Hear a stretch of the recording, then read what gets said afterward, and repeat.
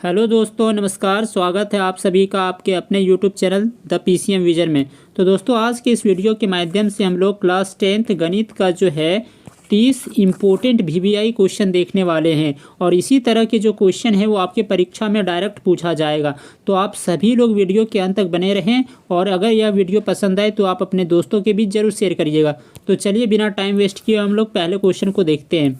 तो आप देख सकते हैं कि यहाँ पे जो है आपका खंड ए में जो है क्या दिया हुआ है कि खंड एक्स में जो है वो प्रश्न संख्या 1 से 30 तक जो है बहुविकल्पीय प्रश्न रहेंगे, यानी एमसीक्यू टाइप के रहेंगे। ठीक है, तो इस वीडियो में हम लोग एमसीक्यूज टाइप को देखने वाले हैं। तो देखते हैं पहला क्वेश्चन क्या है। पहला क्वेश्चन आप लोग के बीच है कि 5005 का जो है अभाज्य गुणनखंड कौन सा है। ठीक है, तो 5005 को जब आप ऐसे तोड़िएगा तो आपका इस तरह से टूटेगा, है ना।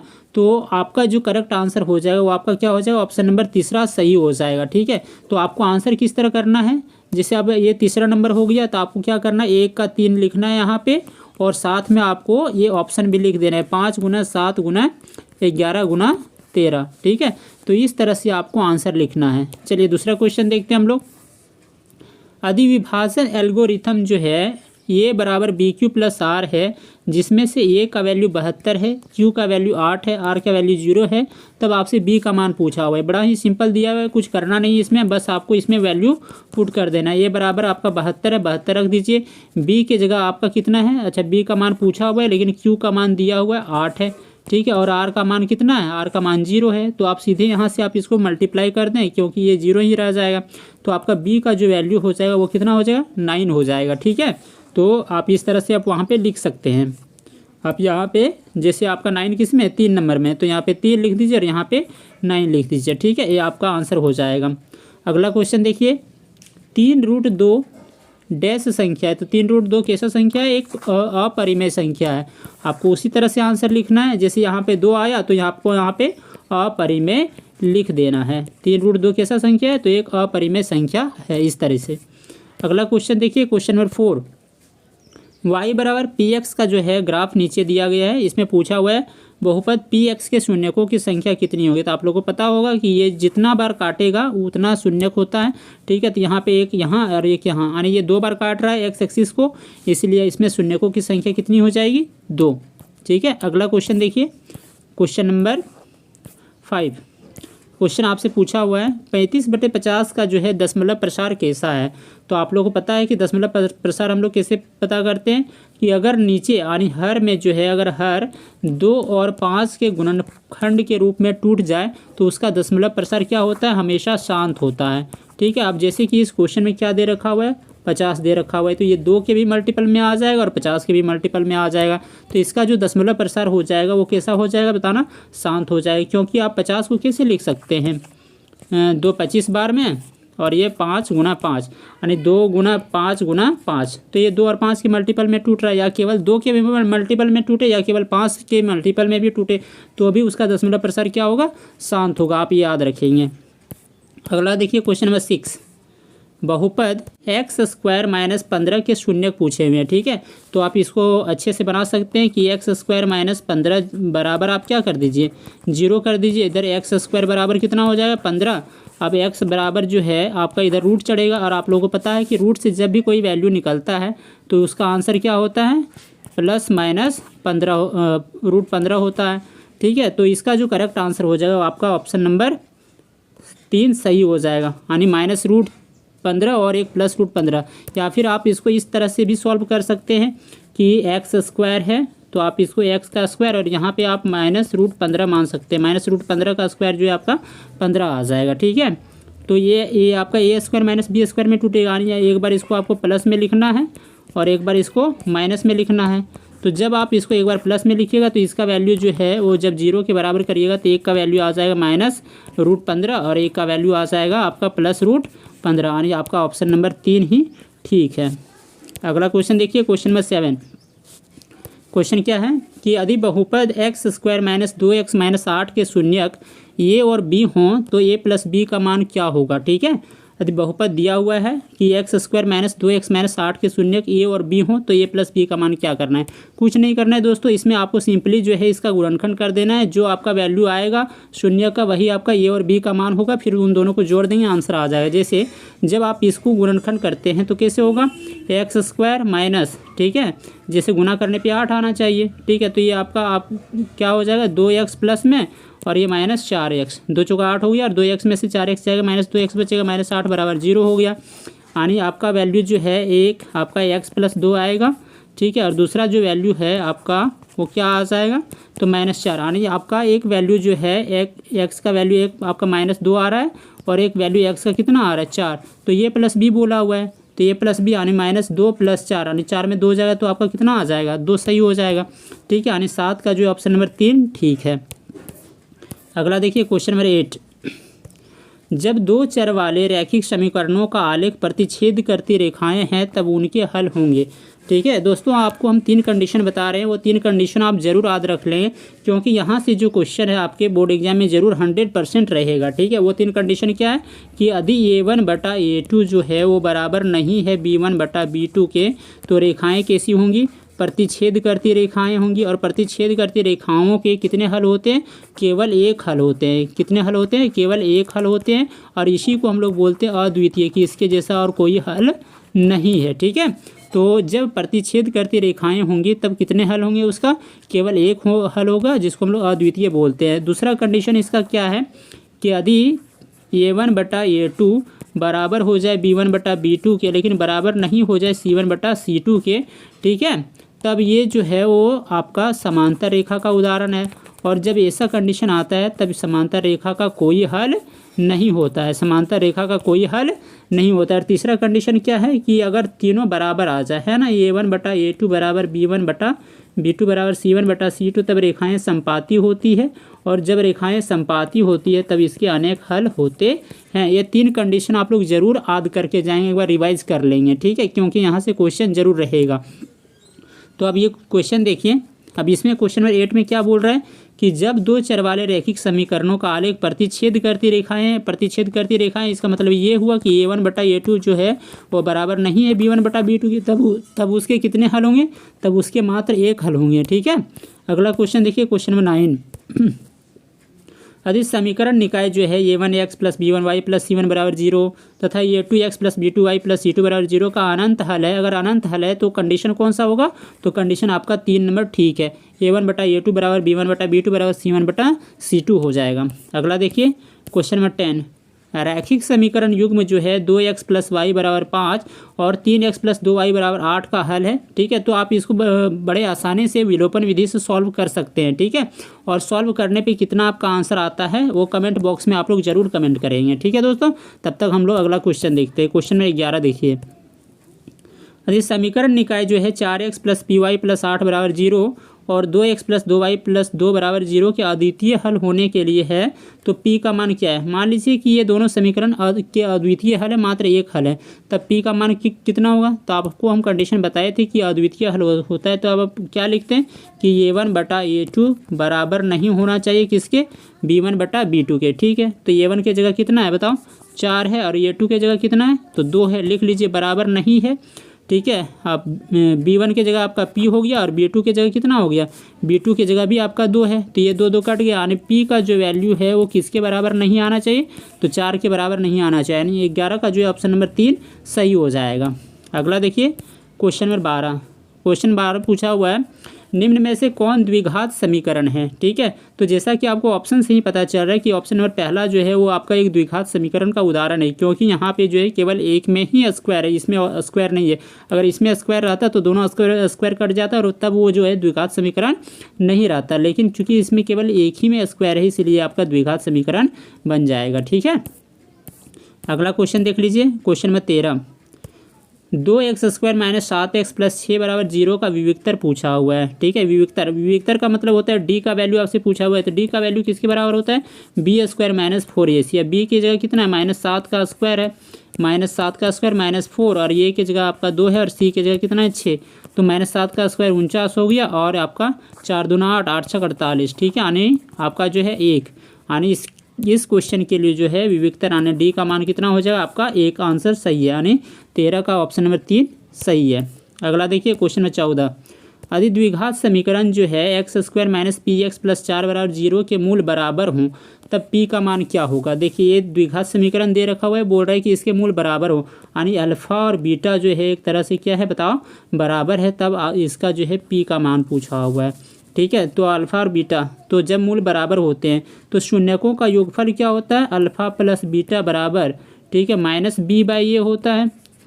तो अल्फ़ा प्लस बीटा, इस बीटा की जगह हम अल्फ़ा लिख सकते हैं क्योंकि ये दोनों मूल क्या है बताओ, बराबर है। तो -b/a और b की जगह क्या है, p है, -p है, तो ये आपका p और बटे कितना हो जाएगा, ये की जगह तो आपका 1 हो जाएगा, यानी 2 अल्फ़ा बराबर हो जाएगा आपका p। ठीक है, तो एक समीकरण एक यहाँ से निकल जाएगा और दूसरा समीकरण जब हम करेंगे अल्फ़ा इंटू बीटा बराबर आपका हो जाएगा c/a, तो c की जगह 4 और a की जगह आपका 1 ही है, c/a।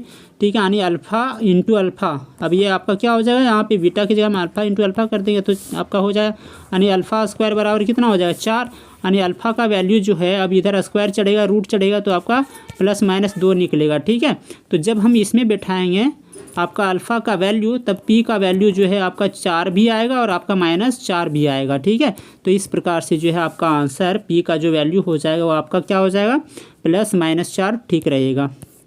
अगला देखिए क्वेश्चन नंबर 15, द्विघात समीकरण x² + 5x - 6 = 0 का घात पूछा है। तो सिंपली x का पावर में जितना रहता है वही आपका घात कहलाता है, यहाँ पावर 2 है इसलिए इसका घात भी कितना हो जाएगा, 2 हो जाएगा। अगला क्वेश्चन देखिए, AP दे रखा हुआ है, इसका सार्वअंतर पूछा हुआ है। तो सार्वअंतर क्या होता है, आप सीधे दूसरा पद में से पहला पद घटा दीजिए, यानी 1.7 में से 0.6 घटा दीजिए, तो इसका आंसर कितना हो जाएगा आपका 1.1 आ जाएगा।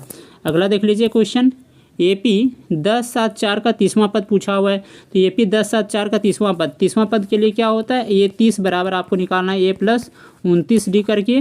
ठीक है, यानी a का वैल्यू आपका कितना हो जाएगा बताओ, 10 हो जाएगा, और 29 और d का वैल्यू तो 7 - 10 तो आपका -3 हो जाएगा, यानी 29 या 87 में से अगर आप 10 घटा देते हैं तो आपका आंसर कितना हो जाएगा, -77 आ जाएगा, यानी 17 का ऑप्शन नंबर 3 ठीक है। अगला देखिए क्वेश्चन नंबर 18, ठीक है, 2 + 7 + 10 + 12 + ... 10 पदों का योग पूछा हुआ है। ठीक है, देखिए एक क्वेश्चन जो है थोड़ा दूसरे टाइप का क्वेश्चन है। अगर ये क्वेश्चन अगर यहाँ पे प्लस आपका 10 दिया हुआ रहता तब ये आपका an फार्मूला से लग करके बनता। ठीक है, और जब आप ये n फार्मूला से बनाते हैं तो सबसे पहले आपको n का वैल्यू निकालना पड़ता। तो जब आप n का वैल्यू निकालिएगा तो इस क्वेश्चन के लिए जो है n का वैल्यू आपका 13/5 आएगा, जो आपका सही नहीं होगा। लेकिन अगर क्वेश्चन को अगर दूसरे तरीके से सॉल्व करना है तब जैसे यहाँ पे जब कामा हम दे देते हैं तब इस क्वेश्चन का आपका आंसर आ जाएगा। जैसे a का वैल्यू आपका है 2, ठीक है, d का वैल्यू आपका हो जाएगा 5 और आपका 10 पदों तक पूछा हुआ है, तब आराम से निकाल सकते हैं ये n बराबर। ठीक है, तब आप निकाल दीजिएगा इसको, तब आपका जो आंसर है वो आपका कितना आ जाएगा, 245 हो जाएगा, यानी 18 का ऑप्शन नंबर 3 ठीक रहेगा। अगला क्वेश्चन देखिए क्वेश्चन नंबर 19, सभी वर्ग होते हैं, सभी वर्ग की क्या होते हैं, सभी वर्ग जो हैं वो समरूप होते हैं। अगला देखिए क्वेश्चन नंबर 20, त्रिभुज ABC में क्या है, D एवं E जो है क्रमशः AB और AC पर 2 बिंदु हैं। चलिए फिगर हम ड्रॉ कर लेते हैं कि त्रिभुज ABC है और AB और AC पर जो है D और E क्या है बताओ, 2 बिंदु हैं। ठीक है, जिसमें DE पैरेलल BC है, ये इसके पैरेलल है। ठीक है, यदि AD और अनुपात DB 2:3 है, 2:3 है, यही है 1.6। ठीक है, तो आपका EC का मान कितना होगा ये पूछा हुआ है। तो सीधे आप कर सकते हैं AD/DB, ठीक है, AD/DB बराबर AE/EC कर सकते हैं। ठीक है, AD का मान है 2/3, इधर 1.6 और इधर आपका EC रहने दीजिए, ये आपका कटेगा 0.8 आएगा, 3 से गुना होगा तो EC का वैल्यू कितना आ जाएगा, 2.4 आपका आ जाएगा। ठीक है, तो आपका 20 का ऑप्शन नंबर 3 ठीक है, 2.4। अगला क्वेश्चन देख लीजिए क्वेश्चन नंबर 21, त्रिभुज ABC समरूप है त्रिभुज DEF के, तो और इसमें भुजा का अनुपात दे रखा हुआ है 3:5, तो इसका क्षेत्रफल का अनुपात पूछा हुआ है। क्षेत्रफल का जो अनुपात हो जाएगा इसका स्क्वायर होता है, यानी 3 का स्क्वायर हो गया 9 और 5 का स्क्वायर हो गया 25, यानी 21 का जो है ऑप्शन नंबर 4 ठीक है, 9:25।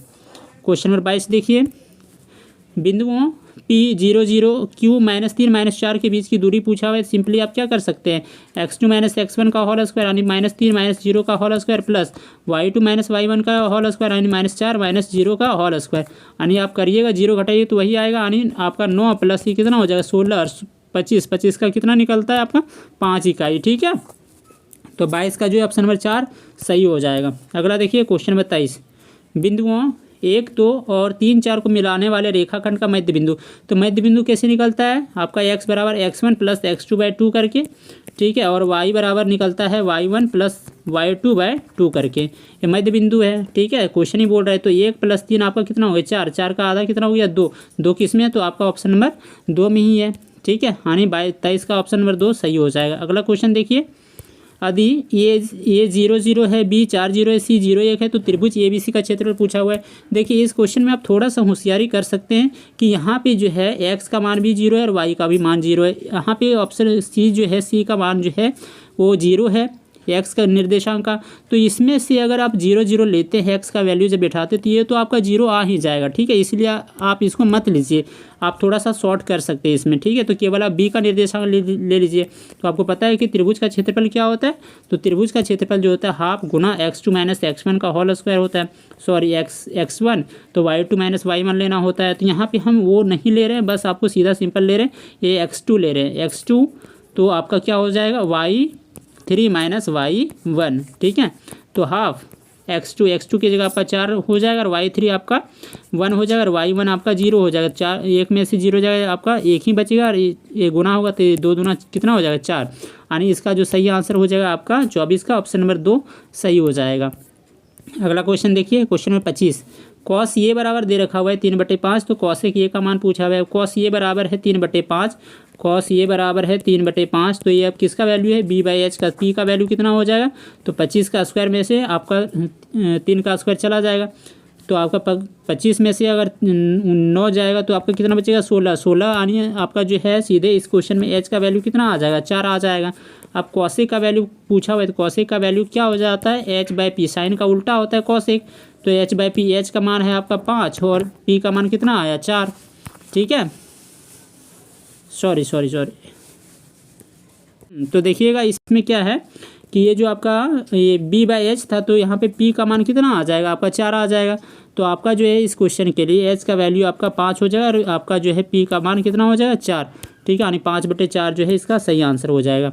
अगला क्वेश्चन देख लीजिए, क्वेश्चन नंबर 26, यदि 2 sin ये बराबर √3 है तो ये का मान कितना होगा। तो आप लोगों को पता है कैसे सॉल्व करना है, 2 इधर गुना में इधर आगे भागा हो जाएगा, यानी साइन ये का मान जो है वो आपका कितना हो जाएगा √3/2, और √3/2 जो है साइन के किस वैल्यू में होता है तो साइन 60 का मान कितना होता है √3/2, यानी 26 का ऑप्शन नंबर 3 सही हो जाएगा। अगला क्वेश्चन देखिए, क्वेश्चन नंबर 27, cot 90 - ये, तो cot 90 - ये बराबर क्या होता है tan ये होता है।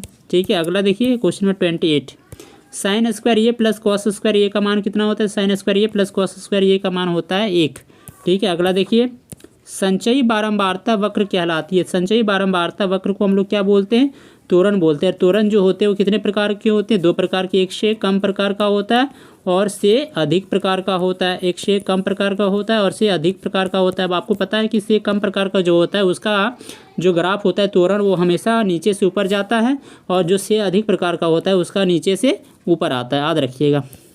अगला क्वेश्चन देखिए, लास्ट क्वेश्चन, किसी पासे को फेंकने पर सम संख्या आने की प्रायिकता क्या है। तो जब आप पासे को फेंकते हैं तो कौन कौन सा परिणाम आता है, 1 2 3 4 5 और 6, इसमें सम संख्या कितने हैं तो 3 है और टोटल परिणाम कितना है 6, तो आपका आंसर कितना हो जाएगा 1/2, यानी 30 का जो है ऑप्शन नंबर 4 1/2 सही हो जाएगा। ठीक है, तो ये रहा दोस्तों आपका टोटल 30 इंपॉर्टेंट क्वेश्चन। ठीक है, आप लोग एग्जाम में बैठने से पहले इन सब क्वेश्चन को एक बार अच्छे से ध्यान से देख लें, क्योंकि इसी तरह का जो क्वेश्चन है वो आपके एग्जाम में पूछेगा। ठीक है, और इसी तरह से आप अपनी तैयारी को और मजबूत करना चाहते हैं तो हमारे चैनल को ज़रूर सब्सक्राइब करें, क्योंकि हम जो है इस चैप्टर का जो है आपके एग्ज़ाम के लिए जो है सब्जेक्टिव क्वेश्चन अपलोड करने वाले हैं। तो इसके लिए आप हमारे चैनल को ज़रूर सब्सक्राइब करें। धन्यवाद।